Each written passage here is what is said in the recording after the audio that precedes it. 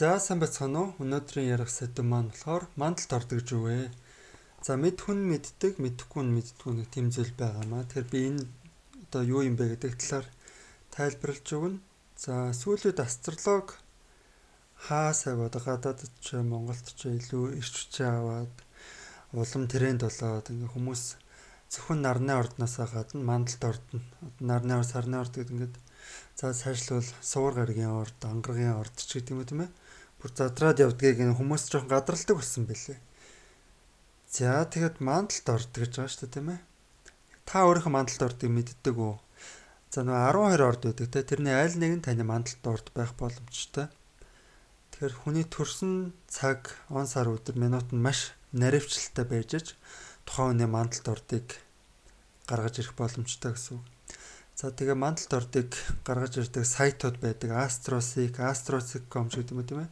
Эсвэл тусдаа одоо Ascendant олж өгдөг тийм сайтууд байдаг. За мандалд ордыг Ascendant ч гэж хэлдэг, Rising Sign ч гэж хэлдэг. За тэгээ зарим сайтууд дээр болохоор ASC эсвэл AC гэсэн тэмдэглээнүүдтэй гарч ирдэг шүү. За тэгээд мандалд орд. За миний мандалд орд болохоор номын мандалд. Sagittarius Rising. Би өөрөө номын ордын мандалттай төрсөн. Тэр номын ордыг болохоор ямар гариг удирддаг гэхээр бархас байд гариг удирддаг. За би ингээд астрологч болцсон явж байгаа маань ч гэсэн одоо миний удирдагч гариг. За миний удирдагч орд тэрнээс шалтгаалж байгаа маа. Би ингээ хүмүүст астролог зааж гин. За тэгээ өөрөө бас ингээд философийн чиглэлээр маш их сонирхолтой судалдаг. Гэх мэтчлээ ингээд бүх юм холбоо хамааралтай байж идэг. За мандалд орд маань хэрхэн бүтдэг вэ? Мандалд орд одоо хүн болгон мандалд орд байгаа, нарны орд байгаа, сарны орд байгаа. Ерөнхийдөө бидний бүгдний мэддэг одоо нөгөө орд байдаг шүү дээ, нэг сарын нэгэн төрөл материал орд, 2 сарын нэгэн төрөл хумхан орд гэх мэтчлэн хүмүүс мэдээд байдаг шүү дээ, тийм ээ.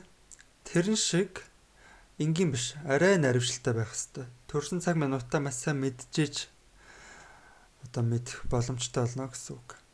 За төрсөн цаг минутаа мэдэхгүй хүмүүс болохоор ерөнхийдөө барагцаагаар одоо би гал ордуу, шороо ордуу, усуу агааруу гэх мэтчлэн таамаглаж олж болдог. За нөгөө өглөө төрсөн, орой төрсөн гэдгээр бас хуваагддаг. За тэгээд хүүхэд эхийн эвлэнд бүрдээд төрдөг тийм ээ. За дөнгөж төрөөд нөгөө толгойн цуудаг штэ тий.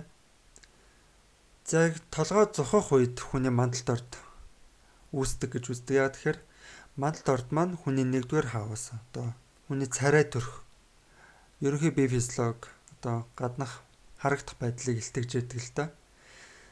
Тэгэхээр одоо төр хэмлэгт нэг эмэгтэй төржээлээ гэж бодъё. Тухайн эмэгтэй за өнөөдөр за баун сар хараадах.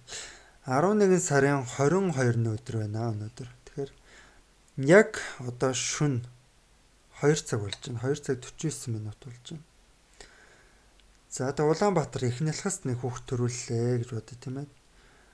Тэгэхээр дэлхийн зүүн зүгт яг одоо наран мандах зүг тийм ээ. Тухайн зүгт ямар гариг эсвэл ямар орд мандж байгаас шалтгаалаад тухайн хүний мандалд орд нь шийдэгдэнэ.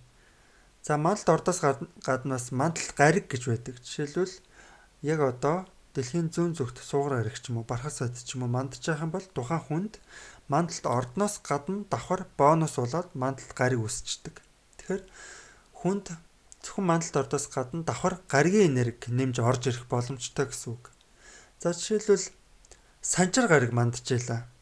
За тухайн хүүхэд нь номын ордны мандалтай төрж байлаач санчир гаригийн мандалд бас давхар оршиж ийлаа гэж бодъё тийм ээ. Тэгэх юм бол тухайн хүүхэд нь уг нь азтай байх хэвээр, өөдрөг байх хэвээр боловч санчир гаригийн нөлөөгөөр баг зэрэг тийм grounded илүү pessimistic буюу юмны хар барааныг хардаг тийм болчтой. Тэгэхээр хоёр өөр энерги холилдож чинь тийм ээ. Номын ордны өөдрөг энерги, санчир гаригийн одоо альва зүйлийг хар бараанаар харах хандлагатай энерги одоо холилддог гэсэн үг байна шүү дээ тийм ээ.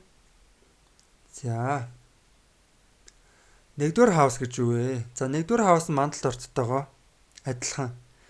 Номын ордны мандалттай бол одоо номын орд нь таны автоматар 1-р хаус болж өгнө.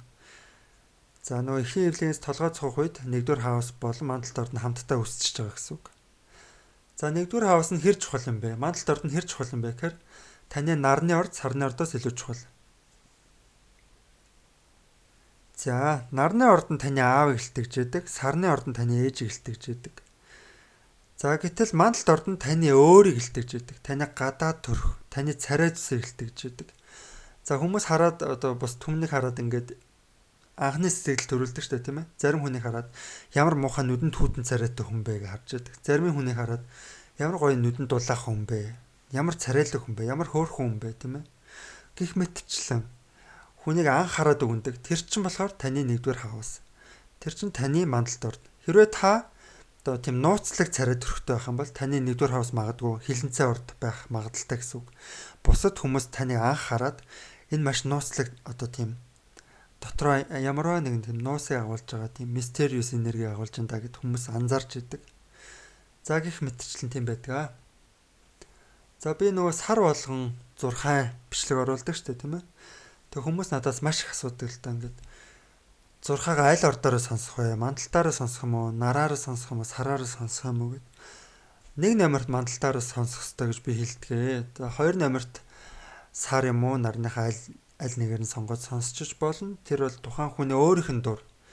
Тэр мандалд орд нь одоо миний хэлэх гээд байгаа гол санаа мандалд орд хамгийн чухал орд шүү. Таныг өөрийг илтгэжээдэг. Таны хувь тавилангийн суурь одоо байшингаар ярих юм бол баг одоо фундамент тийм ээ.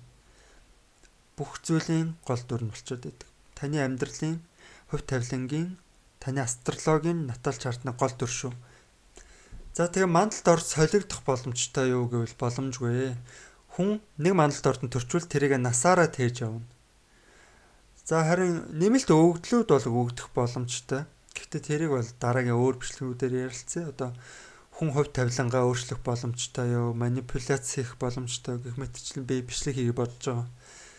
За тэгээ өнөөдрийн бичлэгээ бол ингээд өндөрлөө 7 минутын бичлэг болсон байна. Тэгээд асуулт тавилт коммент үлдээгээрэй. Би бас 6 бичлэгээс гадна асуулт хариултын бичлэгүүд оруулдаг шүү.